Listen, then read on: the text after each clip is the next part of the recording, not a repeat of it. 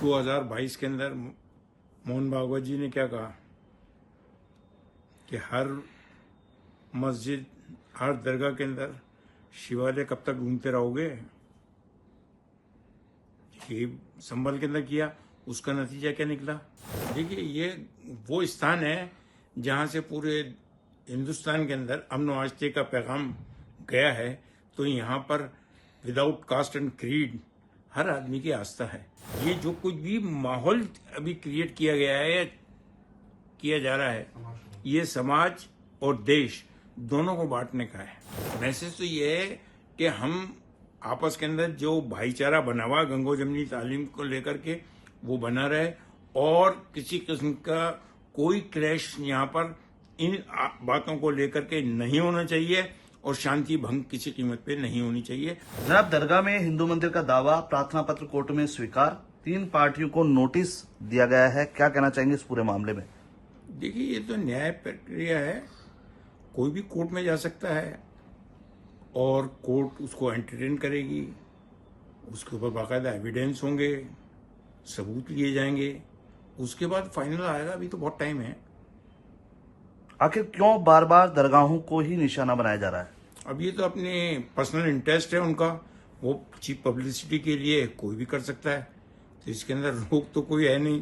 Court के अंदर ना तो जाने के लिए है, न इस तरह की पब्लिसिटी हासिल करने के लिए। संभल मस्जिद में पहले हरिहर का मंदिर, अब अजमेर दरगाह में महादेव का मंदिर।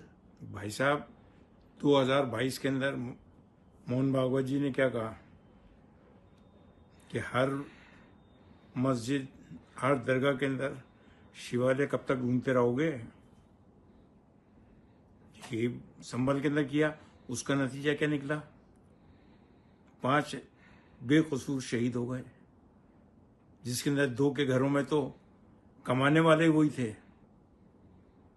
कितना बड़ा सेटबैक लगा है, इसका उनको मलाल नहीं है। आप गरीब नवाज के वंशज हैं, आध्यात्मिक गुरु भी हैं, लेकिन आपको पार्टी नहीं बनाया गया, इसमें क्या कहना चाहेंगे?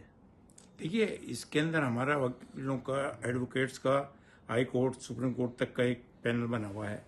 हम उनसे रह लेंगे। वो अगर हमारे को जो भी गाइडलाइन देंगे कि हमें इसके अंदर पार्टी बनना है आगे होकर के या नहीं बनना है या सिर्फ वेट एंड वॉच करना है, तो हम उस हिसाब से चलेंगे। सूफी संत ख्वाजा गरीब नवाज की दरगाह है ये, सभी धर्मों के लोग आते हैं। नेता है या अभिनेता, सभी की चादर यहाँ पे पेश की जाती है। उसके बाद इस तरह की घटना, क्या कहना चाहिए? देखिए, ये वो स्थान है जहां से पूरे हिंदुस्तान के अंदर अमन व आस्थे का पैगाम गया है। तो यहाँ पर विदाउट कास्ट एंड क्रीड हर आदमी की आस्था है। प्रधानमंत्री जी 1947 से देख लो आप, चादर आ रही है बाकायदा। जितने गवर्नर्स होते हैं उनकी तरफ से आती है, जितने चीफ मिनिस्टर्स हैं उनकी तरफ से आती है, जितने सियासी पार्टी हैं उनके जो हेड्स हैं, बाला साहब ठाकरे, उनकी तरफ से आई, आज भी आ रही है। आंध्र प्रदेश, तेलंगाना, उनके चीफ मिनिस्टर वो भेज रहे हैं। आरएसएस के चीफ, उनके बिहाफ पे इंदेश कुमार जी वो चादर लेकर के स्वयं भी आए और भेजी भी गई। नीतीश कुमार जी, उनकी तरफ से चादर आई है। तो हर धर्म का आदमी जिनकी इसमें आस्था है वो तो चादर भेजेगा ही। आरएसएस की तरफ से भी चादर पेश होती है यहाँ पे, इंद्रेश कुमार। बिल्कुल होती है, इसमें कोई दो राय थोड़ी है। उनकी आस्था है, ये स्थान ही वही है, यहाँ से अमन आस्थे का पैगाम गया है। आरएसएस भी अपने विंग्स के अंदर जो शांति का पैगाम लेकर के चलती है, तो उसकी बहुत बड़ी मिसाल है। संभल में हिंसा हुई, अजमेर जो दरगाह है वहाँ हिंदू अनुयायी ज्यादा हैं, हिंदुओं की आस्था ज्यादा है। क्या इस तरह की मामलों से क्या हिंसा भड़केगी या कुछ उपद्रव हो सकता है? देखिए, हिंसा तो भड़केगी, नंबर 1। नंबर 2 ये कि यहाँ जितनी हिंदू आबादी है वो सवेरे अपनी दुकानें खोलने से पहले जब यहाँ से गुजरते हैं तो दरगाह की सीढ़ी पे अपनी दुकानों की चाबी रख के जाते हैं वो, और फिर जाकर के दुकानें खोलते हैं। आज भी ये परंपरा है। जो हिंदू औरतें हैं वो अपने बच्चों को मस्जिदों के बाहर गोद में लिए हुए खड़ी रहती हैं कि मस्जिद से नमाज पढ़ के जो भी निकलता है वो उनके बच्चों के ऊपर फूंक मारता हुआ जाए, ताकि उनको जो बीमारी लगी हुई है वो दूर हो।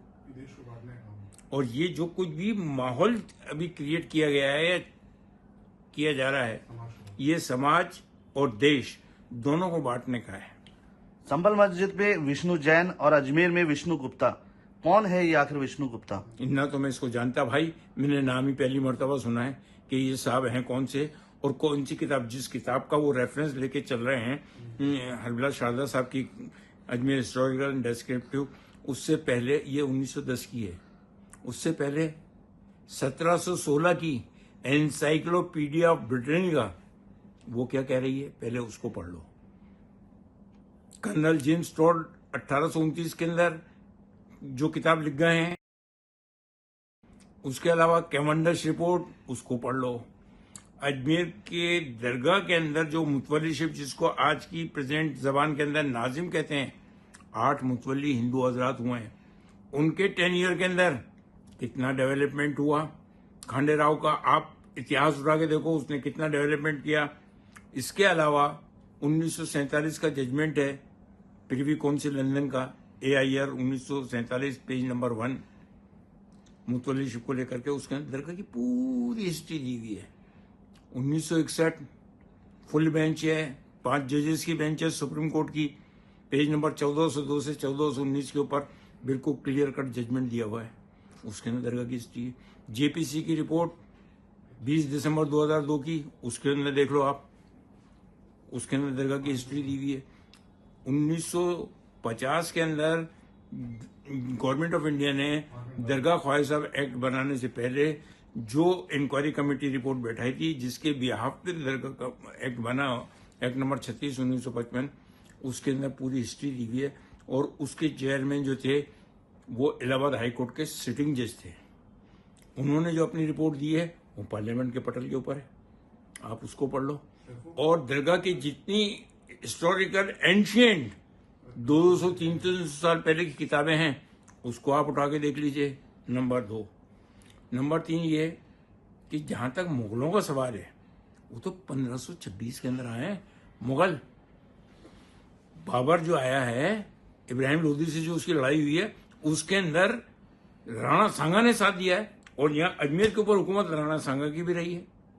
जितने हिंदू राजा रजवाड़े हैं वो सब यहाँ पे आस्था रखते थे, और जितनी जंगें होती थी वो यहाँ पर आकर के अपनी तलवारें रख करके, यहाँ से इजाजत लेकर के, यहाँ दुआएं मांग करके यहाँ से जाते थे। वो मुगल जब आए, उनकी भी आस्था इधर पड़ी, उन्होंने भी किया ये। किस तरह का मैसेज आप देना चाहेंगे? मैसेज तो ये है कि हम आपस के अंदर जो भाईचारा बना हुआ गंगो जमनी तालीम को लेकर के, वो बना रहे, और किसी किस्म का कोई क्लैश यहाँ पर इन बातों को लेकर के नहीं होना चाहिए, और शांति भंग किसी कीमत पे नहीं होनी चाहिए।